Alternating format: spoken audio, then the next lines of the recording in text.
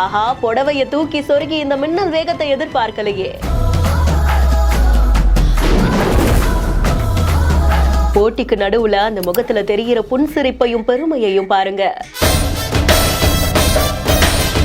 சமூகத்துக்காக என்னோட பங்குன்னு சீரிய சிங்கப்பெண். நாமக்கல் மாவட்டத்துல காவல்துறை மற்றும் தனியார் நிறுவனங்களின் சார்பில் ராசிபுரத்துல தான் இப்படி ஒரு மாரத்தான் போட்டி நடத்தப்பட்டிருக்கு. போதைப் பொருள் ஒழிப்பு அப்படின்றத கருப்பொருளா கொண்டு விழிப்புணர்வு ஏற்படுத்தும் வகையில இந்த மாரத்தான் போட்டி நடந்திருக்கு.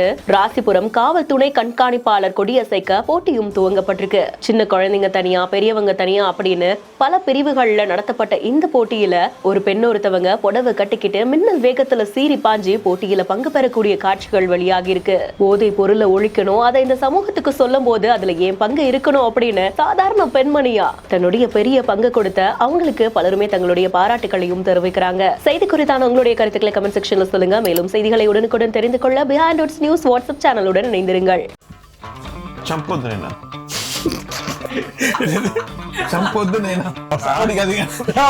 வீடியோவை வழங்குவோர் MCR pure cotton club, Lexco holidays மற்றும் டாக்டர் ஸ்ரீவர்மா வெல்னஸ்.